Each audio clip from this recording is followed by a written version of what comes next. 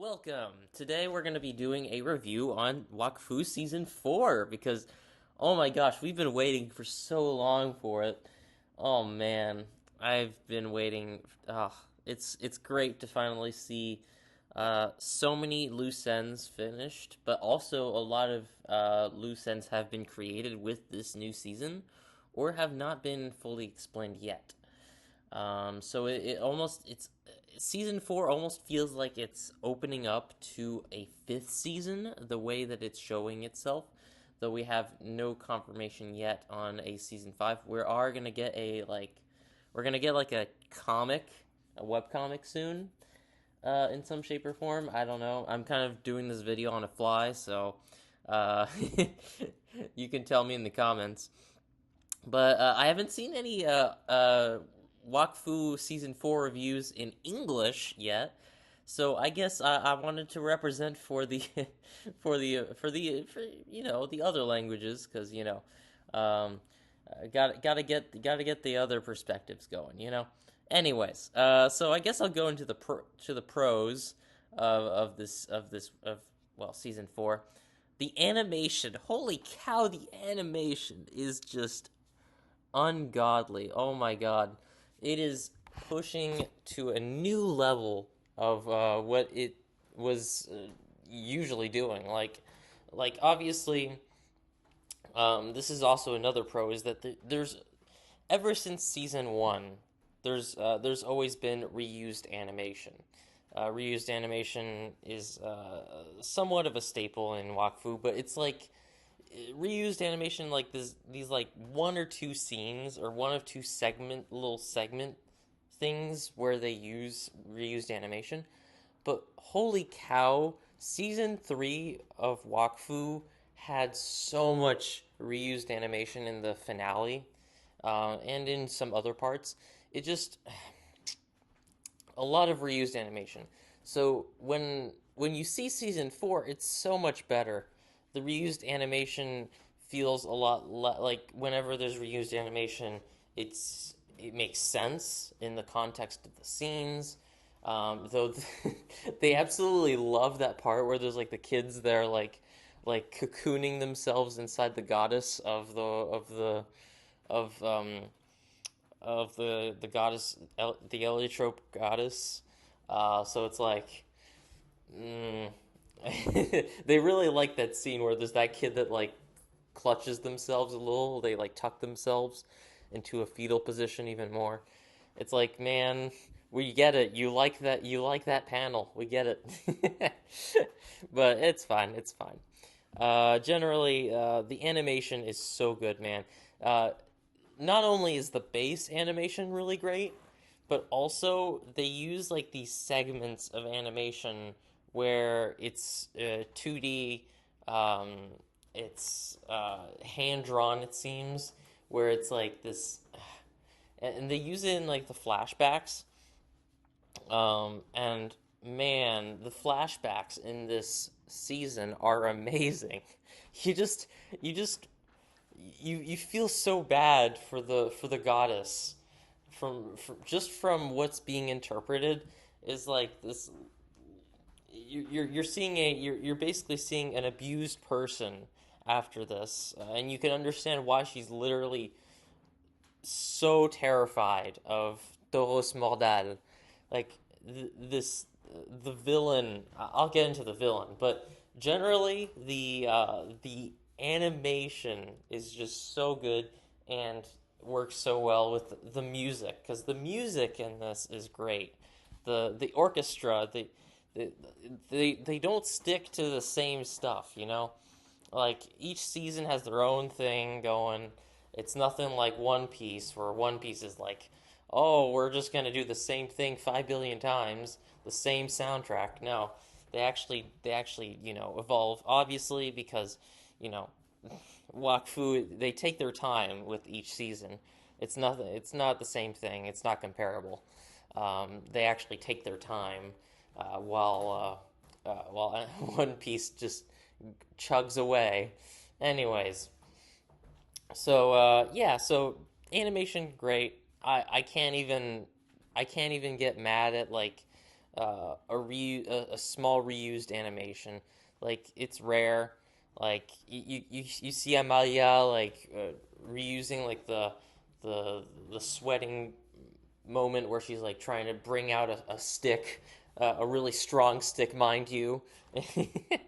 But uh, yeah, so it's fun, I'd say. So we get a lot of lore info, which is really nice. It fills in a lot of spots about why the goddess was away. Though it's kind of you're kind of pushing it a little bit.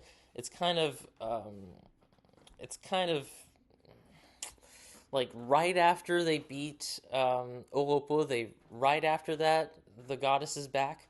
Though then again, the goddess was back for a while, I think, because we're seeing that they already set up like a whole setup. They have a whole setup like already, and the goddess area, the god area is destroyed. So they didn't just get there, but it's rather convenient, I'd say.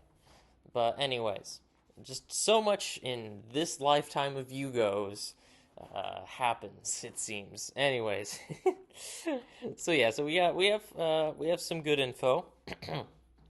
um, uh, yeah. So the villain is just as a staple with every villain in Wakfu, you're gonna have a good villain. The villains are gonna be sympathetic.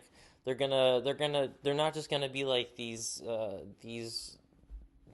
bad people that have no reason. They have deep and complex problems, and sometimes they try to mirror they try to mirror Yugo a lot. Um, with Nooks, you had how well it wasn't really Nooks doesn't really work here, but um, with Kilby, it was like this guy that was dealing with he was kind of like paralleling a different way of how to take care of of the people of the Eliotropes. Didn't really work there. But anyways, and then Oropo is like literally his shadow. Um, yeah.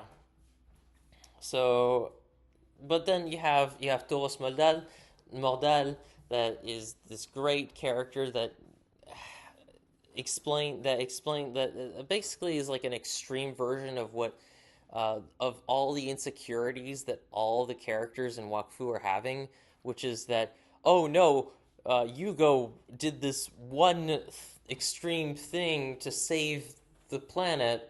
Uh, that means he's gonna always do things that are gonna destroy the world, right? So it's all that, but then it's just Toros. Toros is literally the what would what what would happen if Yugo was really that bad. But obviously he's not. But they keep saying that in the series for some reason.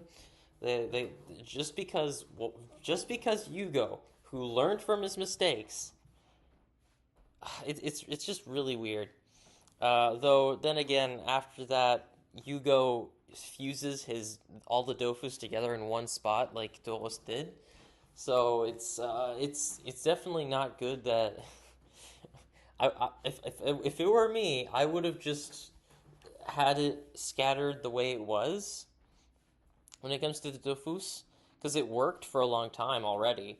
But also, I think they should have implemented a plan where if one dofus has been taken or has been messed with, all the other dofus users have to respond to that or know about that, or there's like some mechanism that has it where it's like oh, they're slowly gathering the dofus and no one's doing anything about it. Instead, it's more like they're crumbling down on, or they're fighting against anyone who's trying to bring them together, because we've seen how much damage that does. But then you have Yugo, who's like hiding them away and using their powers whenever. Kind of weird. I don't know why. I mean, obviously he did that for the conflict, but if he keeps doing that or keeps them with him, I don't know about that. I don't know. Then again, he might just pull the same thing as Adamai, where he just holds them but doesn't actually use their powers, which is probably what's going to happen. But it's definitely an enabler now. Like he's now enabled to actually do it. There's nothing that's stopping him from activating them whenever he wants to, whenever he feels it's necessary. Um, so yeah, but also we got to remember Yugo's really young when he first used the Dofus altogether. So he had no idea what he was doing. He was just trying to save his friend and the literal world from Ogrest. So it wasn't like he hasn't really done a mistake yet for like it doesn't feel like I just don't feel it, man. There there hasn't really been like a reason for him to feel scared that he's going to do something wrong yet. Um, I feel like generally in season 3, especially they overhype his one mistake. It's being overhyped. It gets overhyped still in this season as well in season 4. Um, it's really annoying. I can't I it's they're trying to guilt trip him and it's really annoying. Like if they're so mad about it, they should set up a plan, which I hope that's what they do in season 5 or in the web comics is that they establish that in some way. How they're gonna like a plan against that. That would be great. Because if these concerns are so big, it'd be weird to ignore them. So, anyways, um, just a bit of a rant tangent there. But no, the villain in this is great because obviously we have a bunch of zombie like characters all around us as the villains. But then you have one villain, the big villain, Toros Maldad, who is who actually has emotions, and that's like his curse. And we understand that that's the only thing he has left are his people after his blunders, after the use of his dofus, which ravaged everything. Um, yeah, but generally, we see that the mirroring between Yugo and Toros, they they're just a great dichotomy between each other. Except Toros obviously is more powerful and literally immortal. You can't do anything about him. So yeah, but it's great to see that. And Toros himself is he's just badass. He just looks badass. The way they do it, the way he goes through the smoke, is just amazing. Um, but yeah, I guess I'll go into some other things that I'm not exactly hot on. And that's the fact that Yugo in this season is acting a little bit weird when it comes to Kirby. Like obviously we hate Kirby. We understand why we should hate him. Like obviously he was gonna destroy the planet. We get it. But the way he reacts and stuff like that is kind of over dramatic. I don't know. They even say it in the show.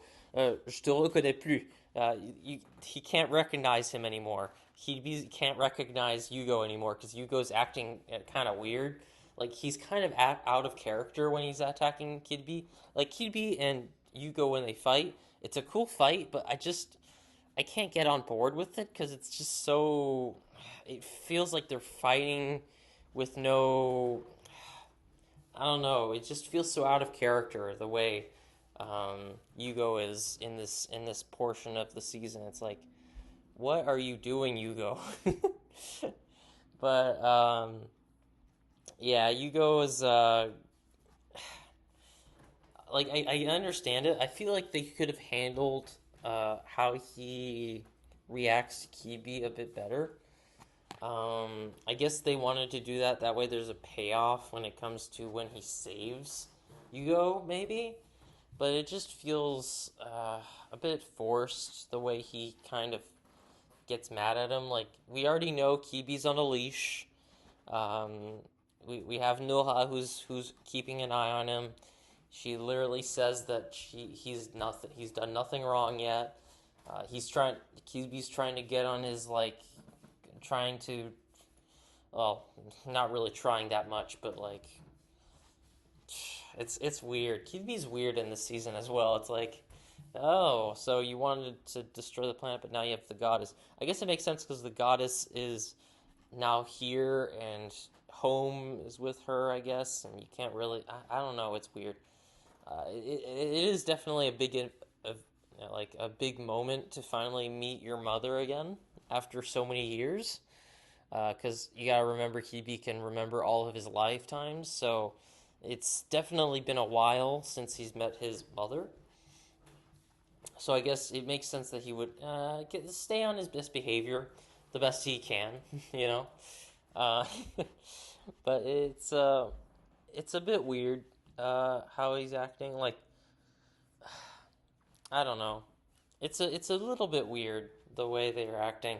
Just as weird as the whole Yope family, the Yup Papa and his family. They're pushing it a bit far. I feel it's a bit cringe the way they act in this season. Like Yup cringe um, throughout seasons 1 to 3, even 3. Um, they handle it well. It's like this like idiot, but it's amusing idiot. Like you can get behind it because it's I don't know. They push it a bit farther, and it gets a little cringe. Like you got the fun cringe, and then you got the bad cringe, and this was the bad cringe for this season. It was just it. I could not with them. They were just I couldn't handle it. But seasons 1, 2, and 3, they actually know how to use that cringe without making it really cringe. I don't know. Um, yeah. So when they do the invasion, the final invasion, uh, I've seen this comment before where the people are like saying, "Well, why didn't they have a multi like they did a phase where they attack like different areas at the same time on Le Monde des Douze." Um, and it's weird why they do that. They just go attack the Sarida, and that's it. Um, my only answer would be that the Necrom are very hungry. They're going for the source of Wakfu that's the highest. Um, and they've said it. They're like they're blind for Wakfu, so they'll aimlessly but aimless they have the aim of going for the biggest amount of Wakfu, which is going to be obviously the Setida Kingdom. So it makes sense that they all just straightforward go for that. Even Toros, the smartest one, is blinded by Wakfu, so it makes sense that they would just straight up just destroy first Sarida altogether. Um, I guess it makes sense in that way, but it would have at least made sense to at least send at least one or two. But I mean, they're not the most strategic geniuses in my book. I'd say they're zombies. They're just after Wakfu. They've said it multiple times. Like the characters like Yugo and such are even asking them. They're like, "What do you want?" But yeah, after that, I would say that the gods being destroyed, I would have liked it to have been explained at least, because or at least referred to, It's again. It feels like season five needs to be there now with this opener because it feels like it's unfinished. You haven't explained everything, and I don't know. And then just a small nitpick I'd say is that the whole stick thing where Amalia, I mean it's to give her like a new thing to do. Is Amalia finally has like something to do is to get like these hyper resistant sticks that finally hurt the Necromes, it seems. I don't know. It doesn't really put them down, but at least it's something to fight with.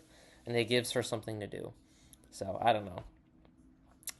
And then oh yeah, thank God finally we finally see Amalia and Hugo finally married, which is nice.